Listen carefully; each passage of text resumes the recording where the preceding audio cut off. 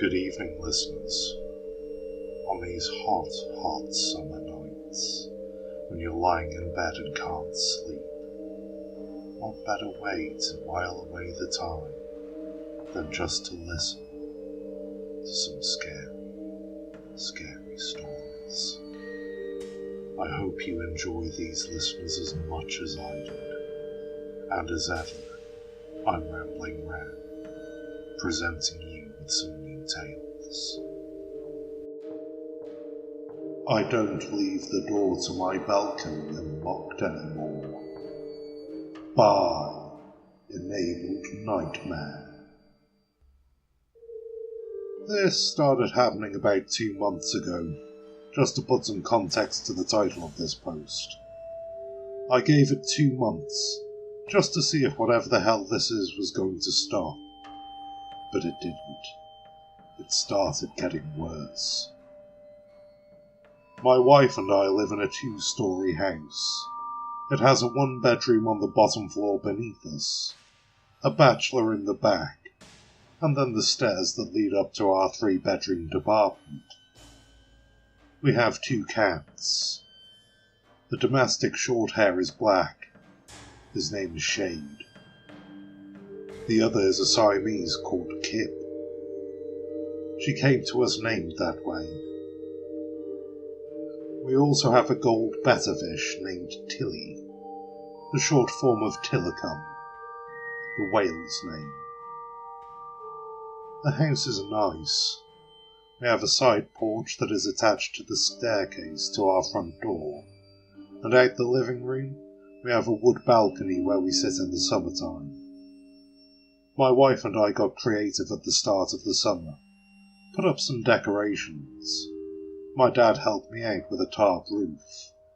It's cosy and very nice looking, even from the street below. Might be too nice looking, I guess. After we took the time and effort to set this whole thing up, we started hearing weird noises around 9 p.m. every night. We'd put up several different types of flowers, and a nice patio set to complement the multitude of colours, and even a pair of hanging plants, just to drive home how pretty we ultimately wanted this to look. The weird noises are thumps, scrapes, and occasionally the deep guttural growl of a cat that's about to fight for its life. We thought it was our neighbours downstairs. When I texted them about it, they pled not guilty and even thought it was funny. They were more inclined to blame the new neighbour that had come to us for the bachelor rental. She has kids that visit on the weekends only, but we hear these sounds every night of the week, right at 9 p.m. I have no clue what they are, or where they're coming from. I go out onto the balcony and the sounds stop. When I look on either side of the balcony, and even out to the street, there's nothing but silence.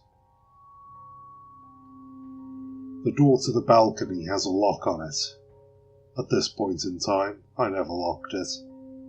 Would leave for weeks with it unlocked if I took my wife to go down to see her parents.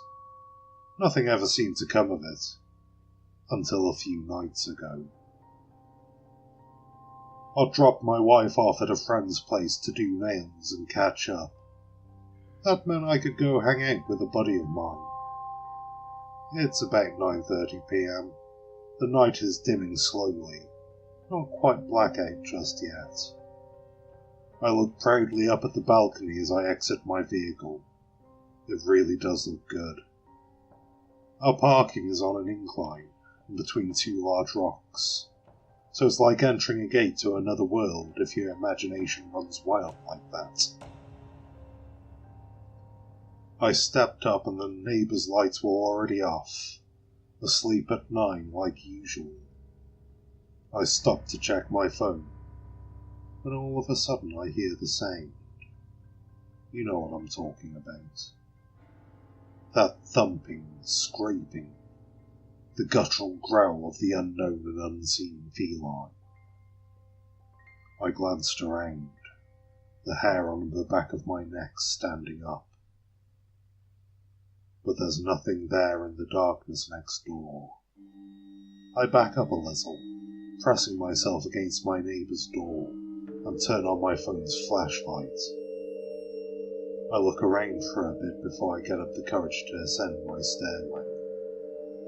There's a motion sensor that ticks on the light for the stairs, but lately it doesn't turn on until you're practically up the stairs.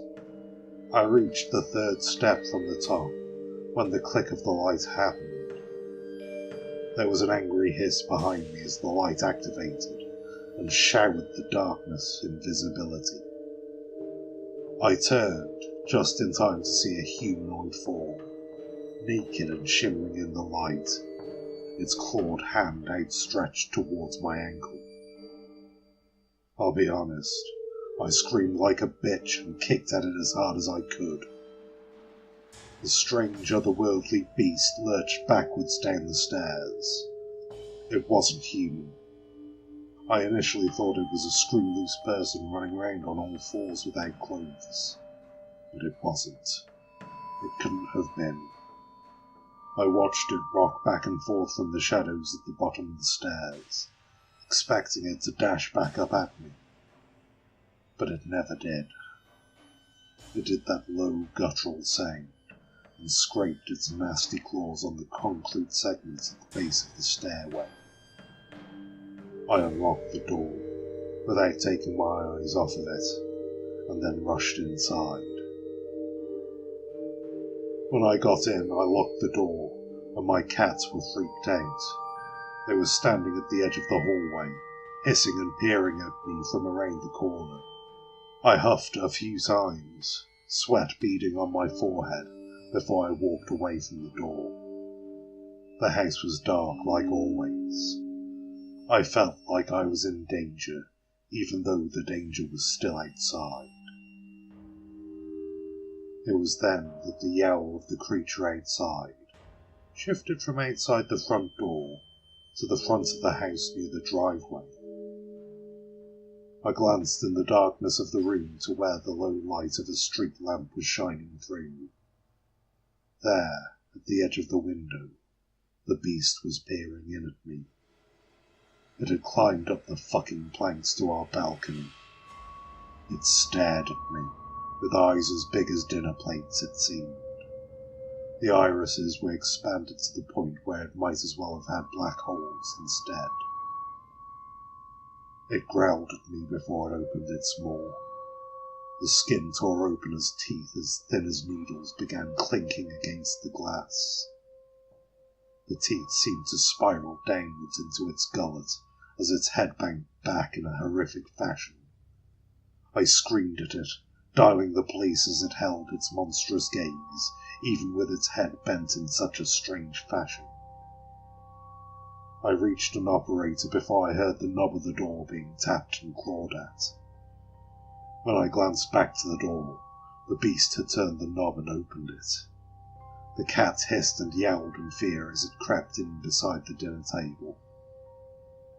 I grabbed the cats and flung them inside the bedroom before jumping in myself and closing the door. Our door doesn't have a lock. None of them do. I held the door closed and waited for it to inevitably meander down the hall to me. It felt like hours, waiting for it to arrive. Then, as if it had teleported to the door, it began clawing at the door and twisting the handle. For fear of my life, I began shouting at that operator that I was in danger, that a wild animal had gotten in the house and was trying to kill me. My wife called me during the operator's dispatch, but I needed to stay on with the cop.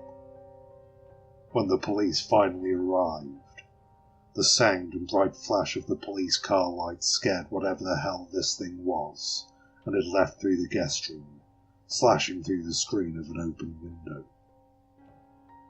The cops did a full investigation of the area, and a canine unit was brought in to try and track the animal.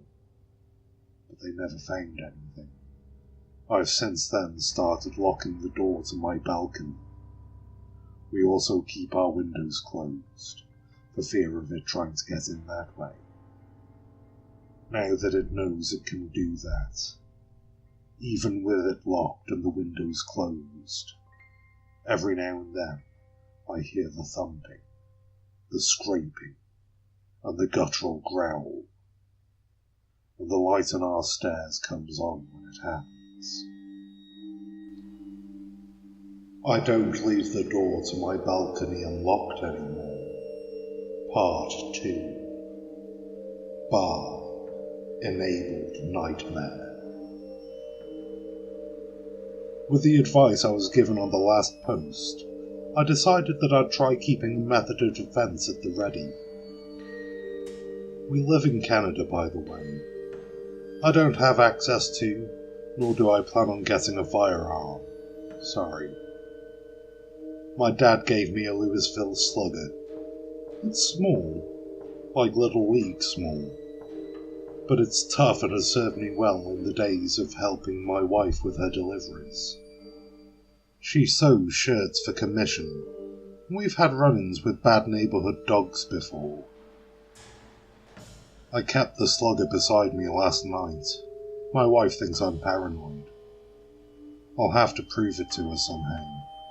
But we've not had a bad event since that night a few weeks back. Last night I sat out on the porch, listening when 9 p.m. hit. As usual, my wife was curious as to why I was sitting alone, but I just waved her off and told her not to worry. She went back to sewing, and I went back to watching.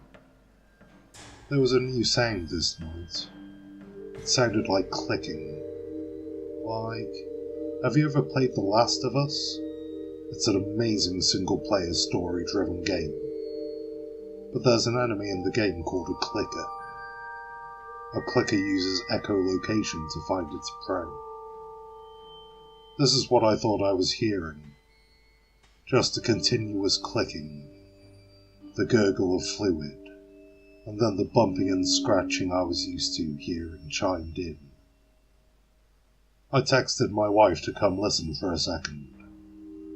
She came to the door, not opening it, and listened. She admitted she could hear it. I stood and looked around, trying to see if there was anything out in the darkness. But as before on other nights, while I tried to see the source of the noise, there was nothing. The yowl came in under the clicks. It was low and angry sounding. I forgot to mention that I've gone looking for something on the internet that matches the description of what I saw on that night, and all I can really say is, a skinwalker is as close as I can get to explaining what I might have seen. I went inside and locked the door to the balcony, and then turned to my wife. I'm gonna stay up tonight. When you go to bed, let me know. I sat inside, looking out of the window of the door to the balcony. Having locked the front door and checked all the windows the moment we got home, I felt slightly secure. My wife had mentioned she was warm, but I wasn't willing to have a window open. I'd previously placed both fans in our room and pointed them both at her, just to make sure she didn't get up and try to open the window during the night. I waited, and waited, and waited. Hours passed by. The sounds outside went back and forth. The clicking got louder, then the yowling got louder. Then they'd die down, and the scraping and thumping would be the loudest. Now, I don't know much about skinwalkers. Why the fuck would I? They're not real. But in the event that they were, my knowledge was very slim about how they worked and what they could do. All I knew about my unwanted guest those couple weeks back was that they were cognitive, problem-solving in nature.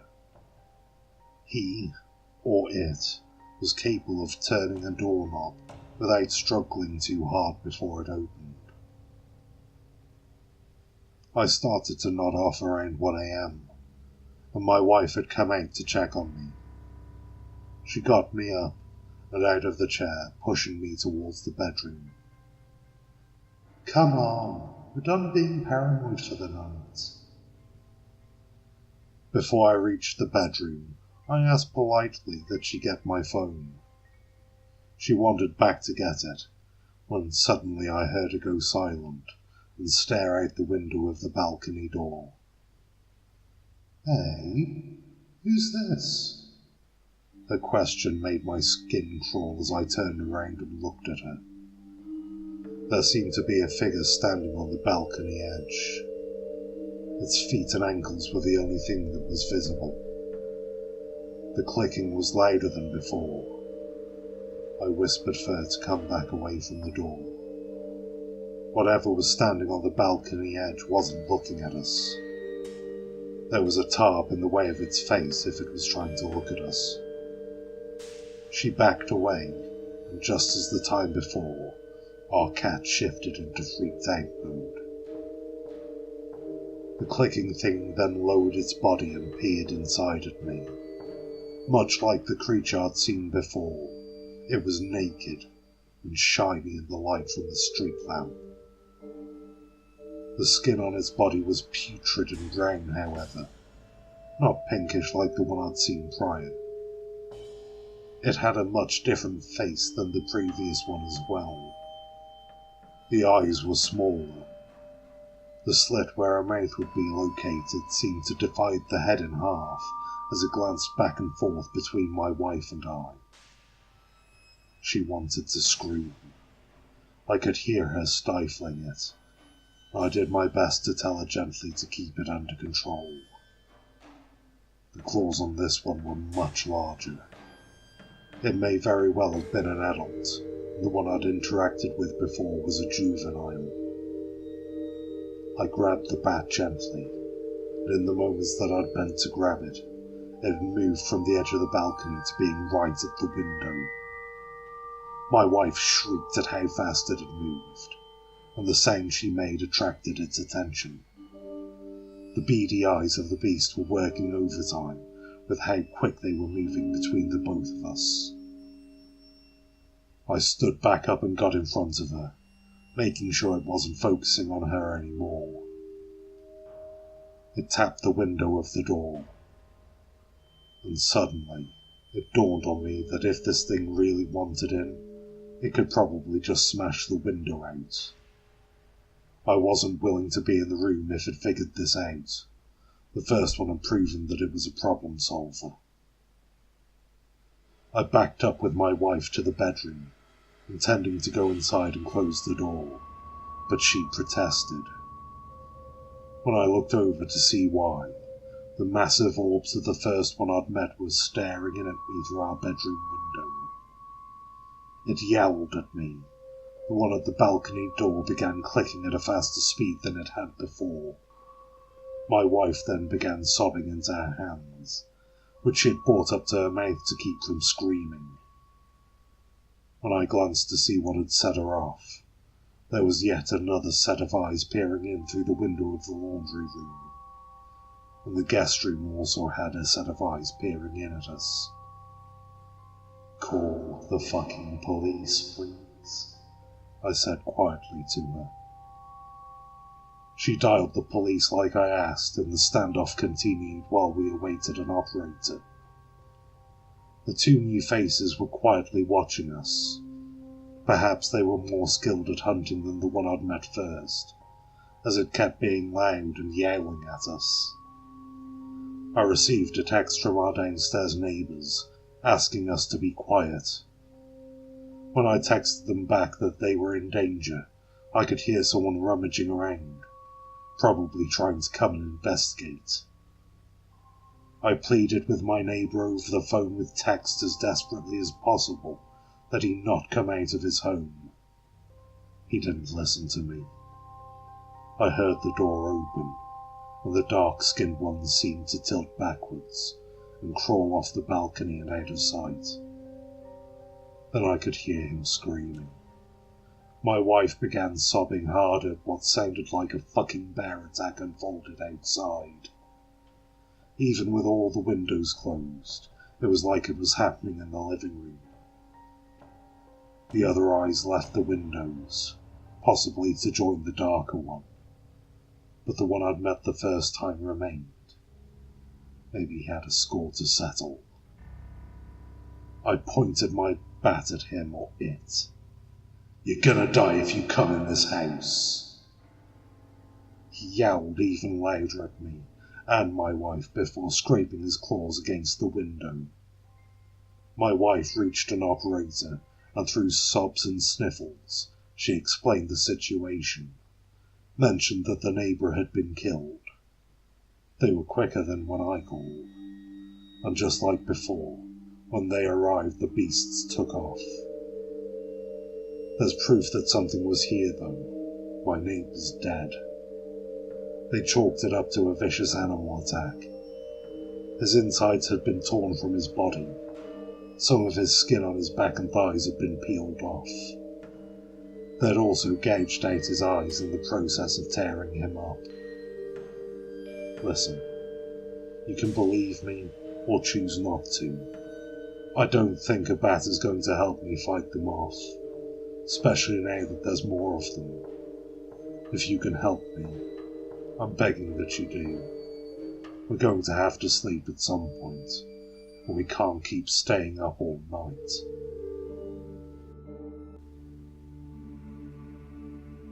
I am a trucker at 15 years, and I have seen some strange things.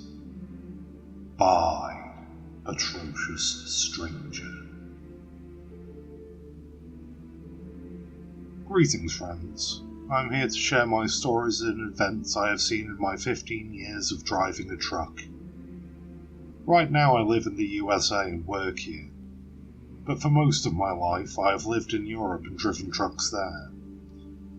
I started out driving when I was 18 upon finishing high school. I had all these big plans about college and a well-paying career. Some of you have followed in the same steps as me. Being a high school graduate with about $1,000 in my pocket, college was no option at the moment. So I took up truck driving and planned to make money for college, then get a doctorate. But that all fell into the water because after a year I had fallen in love with the job, and there was nothing I'd rather be doing. An opportunity fell in my lap to go to the USA to work there, so I did. I've seen some crazy shit in Europe, but I'll tell you about those encounters later on. This particular story happened about a year or two ago. It was summer and it was really hot all around the globe, but let me tell you, nothing can run against Arizona when it comes to heat. It was really hot. It was hot like I imagined the devil's butthole to be hot. But despite the heat, I've always liked driving through Arizona. The lone roads and endless deserts keep me at peace all the time. I was driving all day on Route 85, after a long pause earlier in the morning. The sun had just started to set and the sky was beautiful. I opened my window and cruised in my truck. If any of you are interested, I drive a Kenworth W900. It is a beautiful rig. So, I was just cruising along, listening to the sounds of the nature. I was on a long stretch of a straight road cutting through the desert. Now I can say that I'm tough and whatnot, but there is nothing natural about driving in the middle of the night, through a desert, with no one else in the area for miles. It's creepy, and it always will be. My mind started to flood with all sorts of thoughts. About my life, about my failed love life, and about death. Death seemed really friendly in the night. It was closing in on midnight when I saw something in the distance, about a mile out. I saw red lights, and assume people are in need of help because their car broke down. I decided I'd stop to help since I needed some company and people to talk to. Not all of us are murdering alcoholics, folks. As I was nearing the car, I saw it was an older model of some brand I didn't recognise in the dark. The colour was green and kind of beautiful. There was a couple besides the car calling for help and waving their arms. As I stepped out of the rig, it got real cold all of a sudden. I was spooked by this, but wrote it off. Approaching the couple, I saw something was off. Their clothes looked really old, like 1950s old. There was this strange smell too, like decaying meat or something like that. But nonetheless, I came up to them and asked what was wrong. The man, tall and dark, explained to me that the engine started smoking and the car just stopped working. As he explained that, I opened the hood and a lot of smoke blasted into my face. Waving it off, I started fiddling with the engine.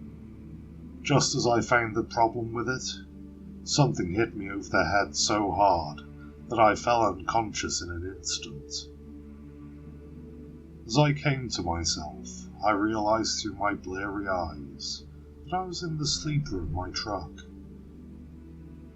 I tried to move, but I was tied up. The couple was now standing in front of me, looking at me. I couldn't even get a word out before those bastards took up a knife and started to cut my arm up. They were smiling while they were doing it too. They looked like they had had the time of their life.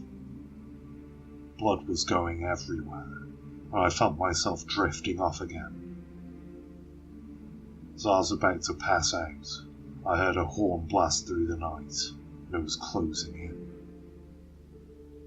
My captors swiftly turned around, looked through the window, and just faded away. I'm not joking. They just poofed up like a cloud of some smoke. Everything was blurry. I saw a bearded trucker I assumed coming in and tie me. There I lost consciousness. Waking up in the hospital bed, I saw my arm in bandages, and the man that saved me by the bed. His name is Adam, and to this day, we're very good friends. About the couple, I don't know anything.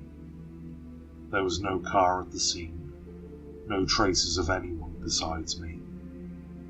I took it upon myself to look into this, and found an old legend about a couple that had died on the 85 back in the 50s.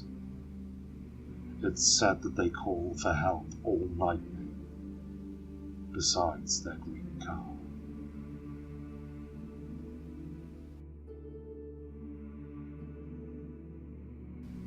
Well, listeners, I sincerely hope you enjoyed the tales that I brought you this evening. It would be a great pleasure to me if you would like, comment, and subscribe, if you're not already a subscriber.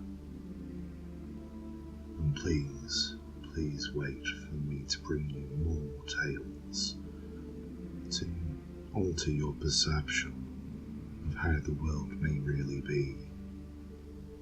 This is Ramblingramm, signing off. Good night, listeners, and sweet dreams.